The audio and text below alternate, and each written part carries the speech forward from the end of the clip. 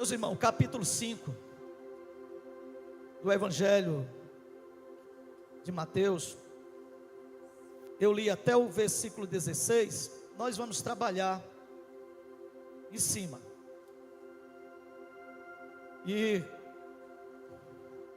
quem quer ser feliz aqui? Você já é feliz.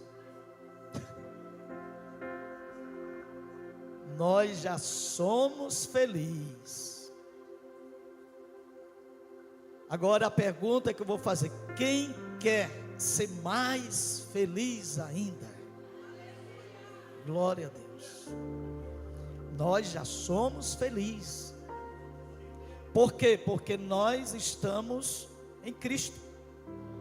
Estamos em Cristo. Cristo, Ele é o que? A nossa alegria, nosso contentamento. E eu quero hoje, mesmo que eu fique numa introdução, mas esse sermão é um dos maiores sermões pregado pelo pastor chamado Jesus Cristo, o homem que a sua palavra ardia no coração das pessoas. Quando ele falava, as pessoas se tremiam,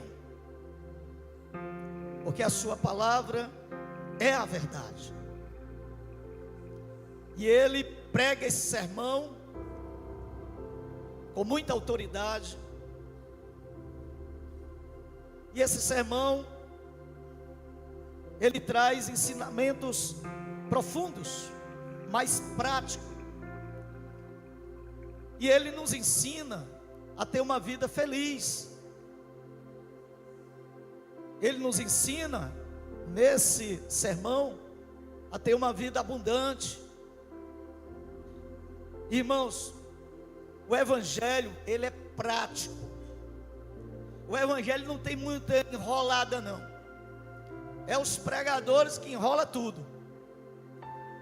Mas o Evangelho é bem prático. E Jesus, Ele vai trazer, nesses textos aqui, um Evangelho de felicidade. E quem praticar esse Evangelho, torna-se uma pessoa muito feliz. Muito feliz. Eu vou ficar aqui numa introdução. E os irmãos hoje, vocês vão me amar mais, amém? Amém, foi bem fraquinho. Vocês vão me amar mais hoje. Porque, irmãos, nós se acostumamos a viver ouvindo mensagens que não tem muito efeito nas nossas vidas. Por quê? Porque a mensagem ela não é legítima. E aquilo que não é legítimo, não produz em mim. Por que que Jesus ele produzia nas pessoas? Primeiro que as pessoas tinham uma atenção total para a palavra de Jesus. Evangelho que não tem entendimento, ele não produz. Ele tem que ser entendido, compreendido, para produzir. E as pessoas elas ficavam atentas àquilo que Jesus falava. E Jesus ele não falava mentira. Jesus não falava água com açúcar. Ele não era um coach. Jesus era um pregador das boas novas de evangelho simples, mas de um evangelho poderoso, eficaz, de um evangelho que confrontava, mas que mudava, de um evangelho que entristecia, mas logo logo sarava com a alegria do Espírito. Capítulo 6 de João vai dizer que Jesus termina o sermão, aí os discípulos, a Bíblia diz que foi o discípulo começar a deixar Jesus. Aí Pedro e mais alguns foram reclamar da pregação para Jesus. Jesus disse: Pedro, se você quiser também ir com eles, fecha aqui por favor, você pode ir também. Mas Pedro ele disse: para que iremos nós? Para onde eu vou, se tu tem as palavras de vida eterna. Então nós não temos outro caminho. E o evangelho, irmão, esse negócio que evangelho bate, o evangelho fere as pessoas, o que fere é palavra de homens, é desabafo. O evangelho não. Evangelho, irmãos, sara as pessoas, porque às vezes nos confronta para nos sarar. Tudo aquilo que você não confronta, não espere mudança. Jesus confrontava as pessoas, mas querendo trazer elas para o trilho, querendo trazer elas para a verdade de Deus. E Jesus, ele vai, o versículo 1 vai dizer: ao ver as multidões, Jesus subiu ao monte e ali se assentou, e os seus discípulos se aproximaram. Então ele passou a ensiná-lo. Ensinar o que, pastor? Que nós vamos estudar. Ele passou a ensinar um evangelho prático do dia a dia para os seus discípulos. A lição que Jesus deu aos discípulos, ele saiu também pregando aos demais. E volta aqui dizer que evangelho não tem segredo. Não, pastor, Deus tem que revelar à igreja o que Ele quer. Não, já está tudo revelado. Igual os irmãos, já está tudo amarrado, irmão. A lei já está no coração, já está tudo aí. É só praticar. Eu não vou pregar algo aqui que você já não conhece, até porque não tenho isso. Mas Jesus, ele questionou essa questão da praticidade do evangelho na vida de algumas pessoas. Os mestres questionavam muito Jesus. Tem um texto no capítulo 10 de Lucas, lá pelo versículo 30 em diante, que a Bíblia fala de que Jesus foi interrogado pelos escribas e os mestres da lei, e eles conheciam muito. Eles tinham muito conhecimento, mas eles tinham pouca prática. E o evangelho de muito conhecimento sem prática, ele não presta. Ele é um evangelho que não produz, é algo religioso. É bom saber pouco e praticar muito. E é bom saber muito e praticar muito também. Porque quanto mais você conhece a palavra, mais você se aproxima de Deus. Quanto mais você conhece a Bíblia, mais você se aproxima de Deus. Mais você conhece mais um pouco de Deus e conhece muito de você.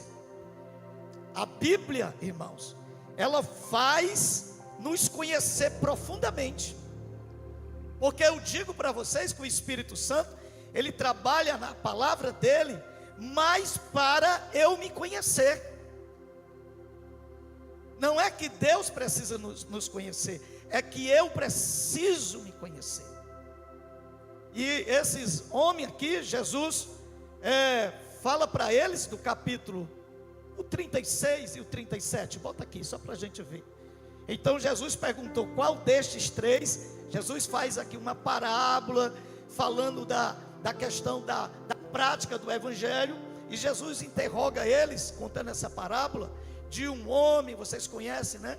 Um homem que ia viajando, caiu nas mãos dos malfeitores, foi maltratado, ficou quase morto. Aí Jesus vai tratar justamente disso. Jesus pergunta para ele, Jesus então perguntou: qual desses três lhe parece ter sido próximo do homem que caiu nas mãos dos ladrões? Ou seja, Jesus estava falando de um evangelho prático, de fazer o bem às pessoas, de ajudar as pessoas, de socorrer as pessoas, de ser uma mão amiga para as pessoas. O texto vocês depois lêem em casa, do capítulo 10, do 30 em diante. E a Bíblia diz que o sacerdote, que era o religioso, passou de longe. Ou seja, ele não praticou aquilo que ele prega.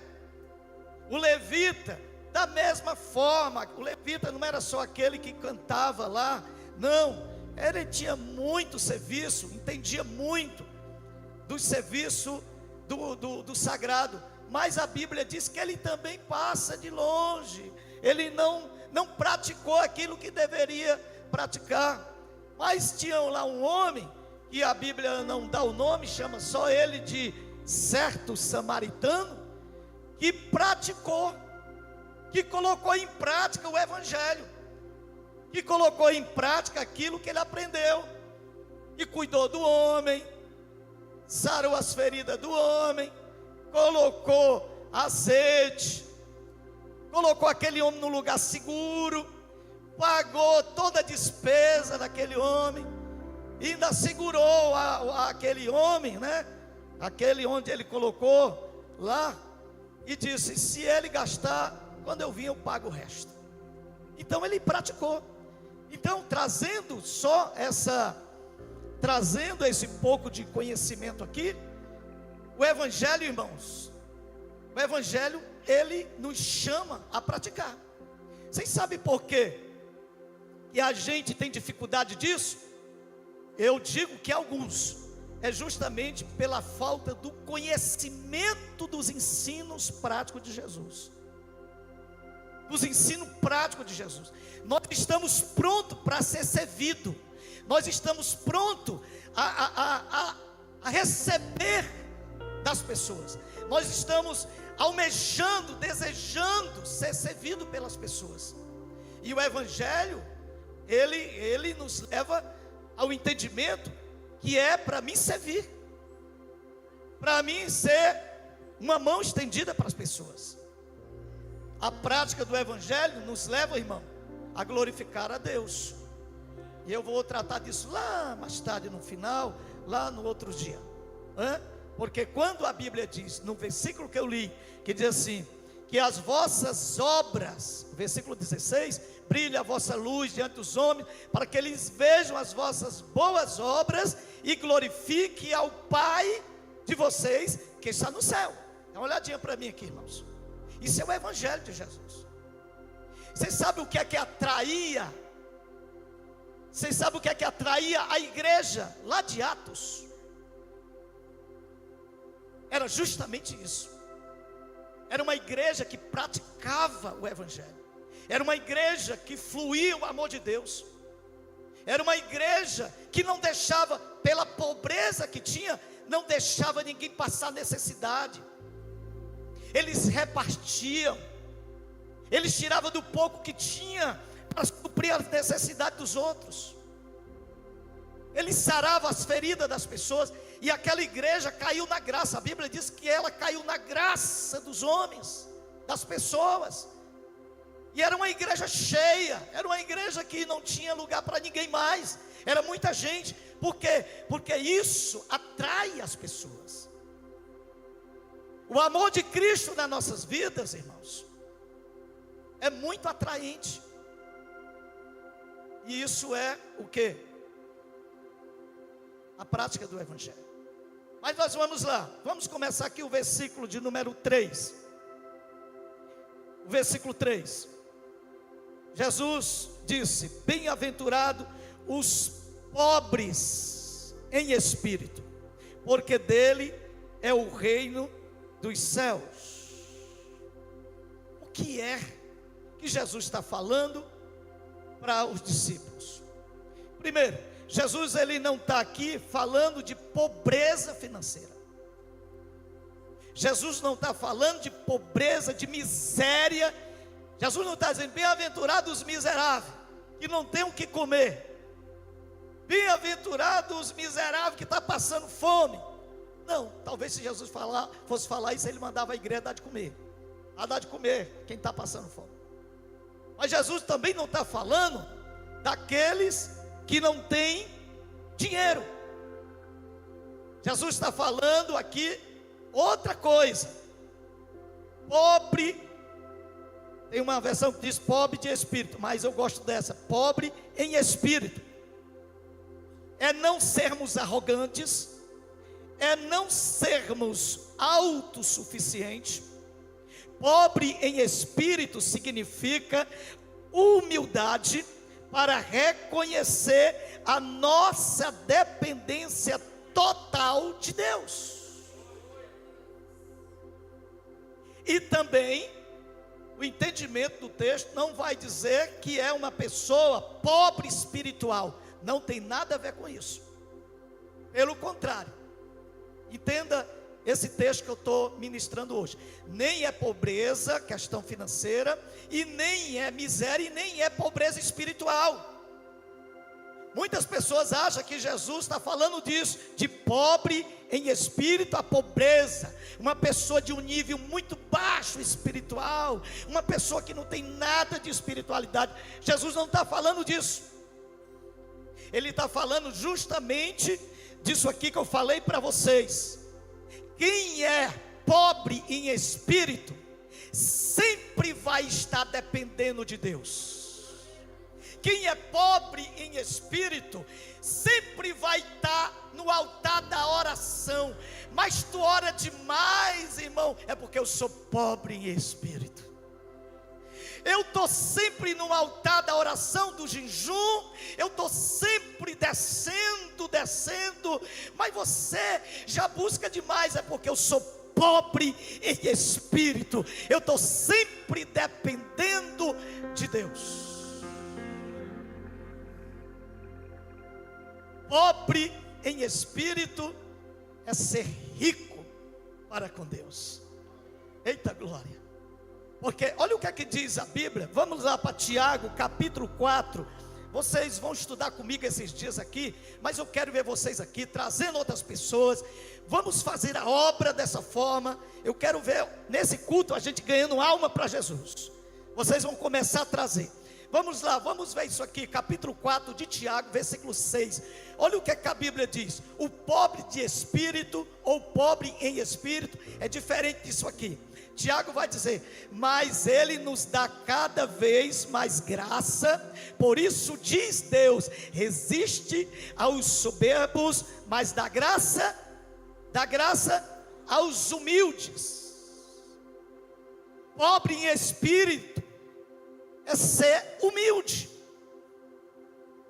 Ninguém consegue depender de Deus se não tiver humildade.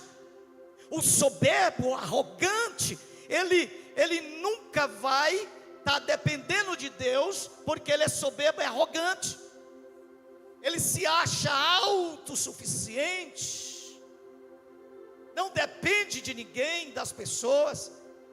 Mas o humilde, o pobre em espírito, ele está aqui, ó. Agora veja o versículo 10. O versículo 10 aí diz assim, ó: humilhe-se diante do Senhor e Ele o exaltará. O pobre em espírito, ele está justamente aqui, porque ele entende isso. Eu vou demorar um pouco aqui, ele entende isso. Gente, vamos aprender e vamos praticar isso.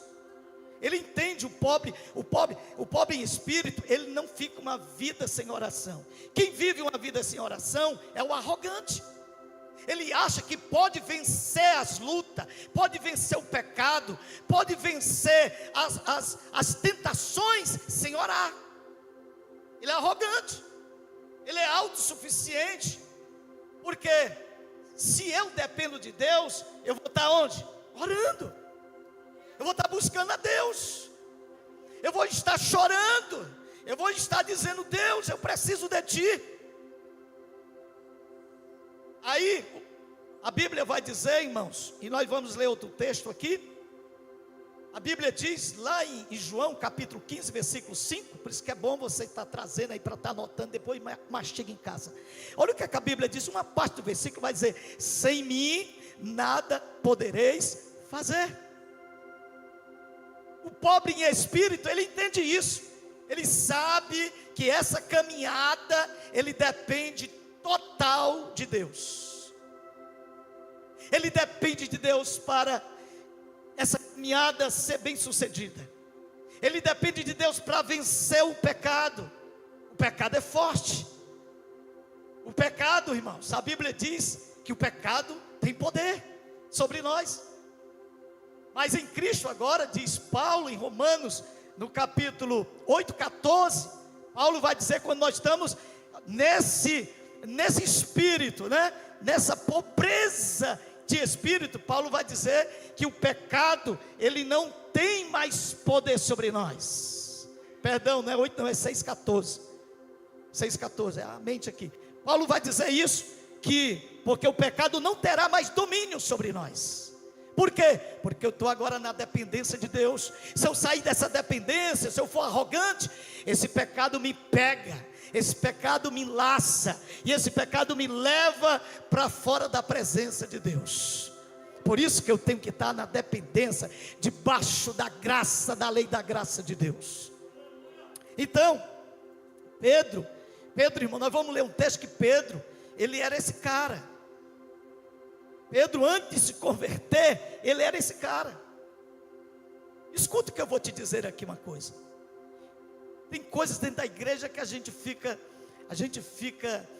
batendo. Quer ver uma coisa? Gente, vamos orar. Você não consegue viver uma vida excelente com Deus sem orar. Um dia qualquer desse, você vai se dar mal, porque a oração é você depender de Deus. Olha o que é que Pedro, vamos ler um texto aqui, capítulo 22 de Lucas, versículo 31, 32, 33 e o 34, vamos ler aqui, vamos lá, olha o que é que diz. Jesus vai dizer para Pedro, dentro dessa visão, vamos lá: Simão, eis que Satanás pediu para peneirar vocês como trigo. Eu, porém, orei por você. Agora veja bem, que o texto lá está dizendo vocês, estava falando com os demais discípulos, mas parece que Pedro resistiu a alguma coisa, que o texto agora não vai estar mais no plural, agora a direção está sendo para Pedro. Parece que Pedro murmurou, falou alguma coisa, sabe, e disse: rapaz, Satanás vir, eu vou dar um chute aqui nele, eu vou vencer ele, é com uma porrada mesmo, é com a espada, está entendendo? Aí o que é que vai acontecer? Eu, porém, aí Jesus já vai te dirigir a Pedro, eu orei por você, para que a sua fé não desfaleça, e você, quando voltar para mim, quando se converter, tem uma versão que vai dizer assim: mas tu, quando se convertere, algumas versões de vocês vai estar dizendo, quando se convertere, quando você voltar para mim, ou seja, depender de mim, quando você ouvir o que eu lhe disse e dizer misericórdia de mim, Jesus, quando você se voltar para mim, fortalecer os seus irmãos, você vai fortalecer os irmãos. Porém, Pedro respondeu, escuta isso aqui, gente, vamos aprender aqui, esse culto de ensino, trabalha em nós, sabe, você vai sair hoje daqui dizendo: eu vou viver uma vida com Deus muito mais excelente, eu vou viver uma vida de felicidade com o Senhor. Porém, Pedro respondeu, olha aí, rapaz, quando eu chegar lá eu vou falar com Pedro, eu vou perguntar a Pedro, eu tenho uma pergunta para fazer para Pedro. Olha o que é que ele vai dizer. Respondeu então, Pedro respondeu: estou pronto para ir com o Senhor, tanto para a prisão, como para a morte. Deixa aí. Pedro estava preparado para isso? Pedro era arrogante. Pedro não estava aqui nos ensinamentos que Jesus ensinou a ele. Pedro estava aqui, ó. Jesus estava falando para ele: bem-aventurados pobres em espírito. Pedro esqueceu desse ensino. A atitude de Pedro era para dizer assim: graças a Deus, Senhor Jesus, obrigado, porque eu não tenho força, porque até então eles não tinham o que você tem e eu tenho. Hoje você tem o que? O Espírito Santo de Deus. Vamos aplaudir o Espírito Santo, vamos? O Espírito Santo está aqui conosco, aplauda Ele, Ele está aqui nas nossas vidas. Isso aqui na jargão, Ele está aí com você. Por isso você está aí bem bonitinho, saradão, saradona, porque o Espírito Santo está aí. E Pedro, olha, Pedro vai dizer: eu estou pronto a ir com o Senhor, tanto para a prisão como ele contraria Jesus. No versículo anterior, Jesus está dizendo: Pedro, Eu batalhei pela tua fé, mano. Tu estava caído, eu já estou vendo lá na frente, e eu roguei por ti. Pedro, tu é fraco. Aí Pedro está dizendo, eu vou até a prisão e a morte. Irmãos, tem muito cristão desse jeito, tem muito crente desse jeito, não com essas mesmas palavras, mas são pessoas que acham que pode terminar sua carreira, terminar o seu propósito aqui na terra, sem depender de Deus, com aquela oração de 30 segundos, já não lê mais. A nossa família, ela precisa voltar a depender de Deus, não depender da internet, do todo mundo com um celular, vendo acolá, outro aqui. Isso não é depender de Deus. Nós precisamos, nesses momentos, juntar-se na mesa para depender de Deus, e no almoço, na janta, nas horas do devocional, dizer: Deus, a minha família está de pé, porque Tu és o sustentador dela.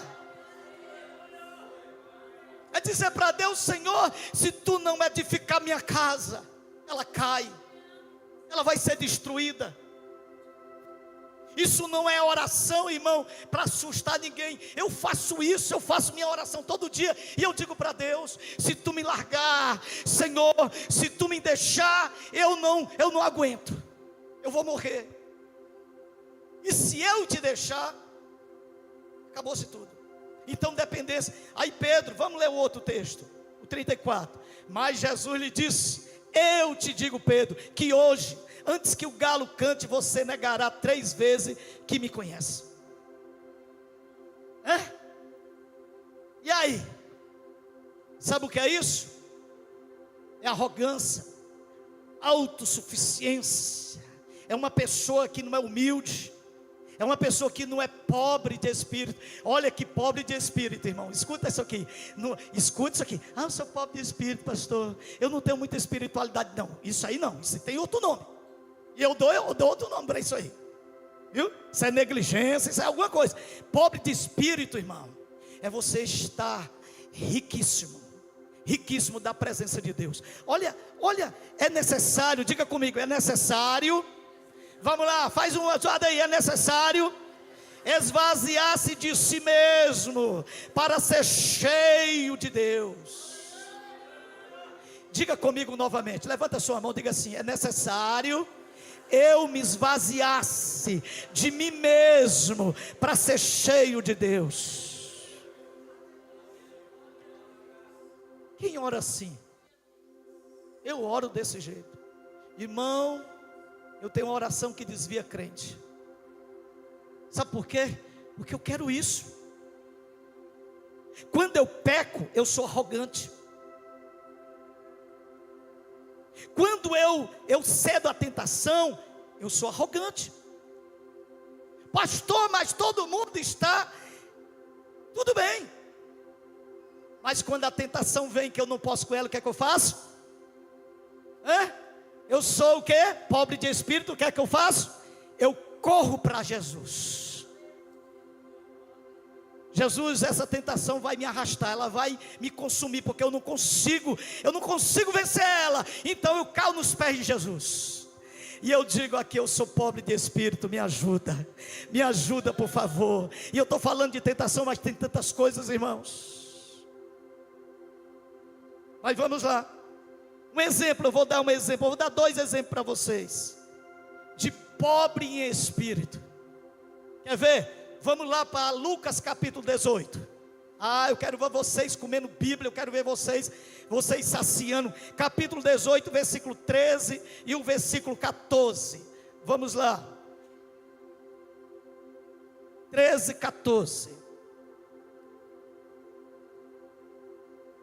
Glória a Deus. Olha aqui, um exemplo. O publicano. 2 homens estavam no templo, um arrogante e o outro pobre em espírito. olha o que é que esse pobre espírito vai fazer.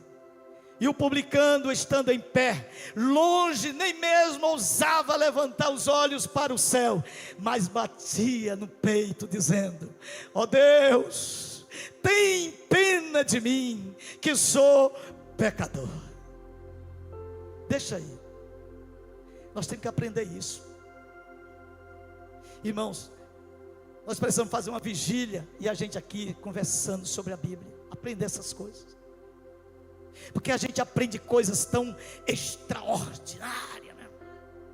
A gente aprende a expulsar castas de demônios, a gente aprende, sabe, a fazer tantas essas coisas, que não dá legitimidade para que eu seja salvo, porque o texto diz que alguém expulsa demônio, que alguém cura os enfermos, e Jesus disse: eu não conheço esse não sei nem de onde é que ele é, apartai-vos de mim. Por quê? Porque não dá legitimidade. Agora isso aqui, ó. Aí ele, publicando de pé, longe, não levantou nem os olhos, batia no peito, dizendo: ó Deus, tem pena ou tem misericórdia de mim, que sou pecador. Pastor, isso é fraqueza? É não. Isso é ser pobre em espírito. E você está dizendo para Deus: a minha alma, ela depende desse contato contigo. O versículo 14, digo a vocês, olha o que é que Jesus está dizendo: digo a vocês que este desceu justificado para a sua casa, e não aquele, está falando do arrogante, daquele que dizia: eu jejum tantas vezes. Tu, irmão, tu não jejua nenhum, irmão. Tu é muito fraco, irmão. Eu sou poderoso, irmão. Toca em mim aqui para tu ver como sai fogo. Passa só por mim aqui para tu ver, tu vai sentir uma brasa. Porque eu jejum todo dia, eu oro todo dia. Se você for pobre de espírito, quanto mais você orar, quanto mais jejuar, pelo amor de Deus, não vai entender isso errado que eu vou dizer não, senão tu vai parar. Quanto mais você ora, quanto mais você jejua, mais você fica fraco. E quanto mais você fica fraco, mais Jesus gosta. Aleluia. Diz para o irmão: quanto mais você fica fraco, mais Jesus gosta. Mas Ele gosta. Agora você só fica fraco se você orar, se você jejuar, se você ler, se você estiver na casa de Deus. Pastor, que negócio é esse? As coisas de Deus é assim. Aí quanto mais tu fica fraco, aí a Bíblia diz que o poder de Deus se aperfeiçoa.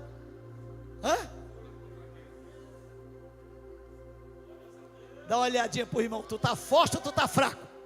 Pergunta para ele: tu está forte ou tu está fraco, irmão? Porque o poder de Deus se aperfeiçoa na fraqueza de boa vontade. Sabe, irmãos, por isso que a gente fica quebrantado. Por isso que vocês veem aqui às vezes, e os obreiros têm deles: o pastor Carlinho é não, irmão. Eu me seguro aqui, eu fico me segurando. Mas a vontade aqui é de rolar aqui, irmão, sabe? É de estar na presença do papai, do meu Abba Pai. Sabe por quê? Porque é isso. Quando a gente fala, olha o que é que Davi vai falar, irmãos. Abre comigo aí a Bíblia aí. Davi disse no Salmo 40, 17. E quem era Davi, irmãos? Olha o Salmo 40, 17. Eu sou pobre e necessitado. Davi era pobre e necessitado? Era ou não? Não. Mas o que é que ele está dizendo? Eu sou pobre e necessitado, porém o Senhor cuida de mim. Libera uma palavra aí, vai. Pega na mão de alguém, libera uma palavra. Vai, uma palavra aqui atrás, libera, diz assim: Deus está cuidando de você nessa noite. Pelo amor de Deus, profetiza aí. Deus está cuidando de você. Deus está velando por você. Deus está nessa noite fazendo coisa para alcançar você nessa noite. Olha o que é que ele vai dizer: porém o Senhor cuida de mim. Tu és o meu amparo, o meu libertador. Não te demores, ó Deus meu. Irmão, o Espírito Santo está enjoado de certos relacionamentos. O Espírito Santo está enjoado de certas orações. Sabe, o cara pega aqui e quando é no microfone. Quando é no microfone. Quando é no microfone é que o negócio fica estranho. Eu vi uma oração, não vou nem dizer que eu não sei onde foi, a gente anda tanto, mas foi por aqui mesmo. O camarada começou e eu digo assim, vala meu Deus. Ele começou a dizer, ele foi orar por uma coisa. Meu Deus, será que foi aqui? Se foi, recebe aí. O cara diz assim, ele foi orar por uma coisa, disse, Altíssimo, onipotente, não sei o quê. Aí começou, sabe? Isso é besteira, irmão. Deus conhece o seu coração. Quando você se ajoelha com verdade com Deus, Ele não fica com raiva de você não. Deus não fica com raiva da gente não. Deus sabe a nossa estrutura. Deus sabe as bobagens que a gente diz, irmão. Ele não vai ficar com raiva, dar um cascudenho. Não. Ele faz um sorriso. E Ele diz, eu sei o que é que você quer. A nossa oração, ela tem que ser sincera com Deus. Eu disse para Deus, Senhor, mas orar lá na igreja não. Não vou revelar para vocês não, intimidade aqui com Deus, né? Pois é, então nós vamos continuar isso aqui, tá bom? Então veja bem, vamos aqui. Então, pobre em espírito é resumindo, eu ter dependência total de Deus. Pobre em espírito é eu orar sempre, é eu consagrar minha vida sempre. Não tem esse negócio, pastor, eu sou pobre de espírito, eu estou todo quebrado, eu não consigo mais buscar a Deus, eu não consigo mais. Venha para cá que nós vamos orar junto, nós vamos ajudar você, mas isso não é pobre em espírito. Pobre em espírito, é isso que eu passei para vocês. Eu vou dar esse ponto aqui, para a gente terminar, tá bom? O versículo 4, vai comigo o versículo 4. Ser pobre em espírito me leva a outro sentimento. Vamos para o versículo 4. Ser pobre, diga comigo, ser pobre em espírito. Vamos lá, igreja, ser pobre em espírito me leva a outro sentimento. Chorar, diga comigo, chorar pela minha condição diante de Deus. Olha o texto. Bem-aventurados os que choram, porque serão consolados. Não, isso é Bíblia. Isso aqui é um negócio louco. Isso é só para crente, é só para quem crê. Bem-aventurado, bem feliz quem chora. Quando é um choro de alegria, amém. Mas quem é que vai estar sempre chorando e dizendo que é bem-aventurado? Nós vamos entender isso aqui. Bem-aventurados que choram, porque serão consolados. Duas coisas interessantes aqui. Primeiro, bem-aventurados que choram. Irmãos, deixa eu dizer aqui uma coisa para vocês. Deus nos deu uma vida de felicidade verdadeiramente. Verdadeiramente a igreja é para ser feliz. Temos que compreender isso. Aí nós vamos aqui, nós vamos ver isso aqui. Chorar pela a minha condição diante de Deus. Primeiro, pobre de espírito. O que foi que eu disse? Dependência de Deus. Eu dependo de Deus. Agora, como eu dependo de Deus, escuta isso aqui. Quando eu dependo de Deus, eu descubro algo. Porque vou repetir isso. Quanto mais, Deus é o espelho, irmão. Deus é o espelho. Deus é um espelho. Quanto mais você se aproxima do espelho, qual é a realidade? Quando a gente está de longe aí, né? Vocês dizem, rapaz, cabe é bonito mesmo, pastor Carlinhos. Mas quando tu vai chegando perto, aí tu vai vendo um descavado, um negócio desaprumado. É o espelho. Aí a gente vai chegando mais perto de Deus, mais perto de Deus, mais perto de Deus, e mais perto da santidade de Deus. Aí quando você chega perto da santidade de Deus, aí você dá um grito como Isaías deu. O que foi que Isaías fez? Ai de mim! Isaías viu a glória, foi chegando perto, e ele vai dizer lá no capítulo 6: ai de mim que sou pecador. Quando a gente está distante de Deus, irmão, a gente é o cara, a gente é aquele rapaz da última, como se diz aí, eu não gosto desse jargão não, da última Coca-Cola, aí os irmãos têm um bocado de jargão, como é o outro, hein? A bolacha, a última bolacha do pacote. A gente é o cara, a gente é isso, é aquilo, né, irmão? Está entendendo? É ou não é? Sim ou não? É, irmão. No fundo a gente fica dizendo: mas não, irmão, eu sou o último, não quer ser o último nunca, só quer estar na primeira fila. Não, pastor, eu deixo aí, mas não é mesmo, o Espírito Santo fica dizendo: você é mentiroso, rapaz, porque ele conhece dentro. Mas quanto mais a gente, e esse é o problema, porque quando eu não busco a Deus, eu fico com esse espírito. Quanto eu mais busco a Deus, irmão, quem busca a Deus é quebrantado, sim ou não? Quero buscar a Deus, qualquer coisinha ele está: ai meu Deus, ai Jesus, porque ele é quebrantado, sabe? Porque quando a gente vai para o altar, irmão, o Espírito Santo pega e fica quebrando o vaso. Quebra o vaso todinho, quebra o vaso, depois pisa, e a gente fica todo molenho. Aleluia.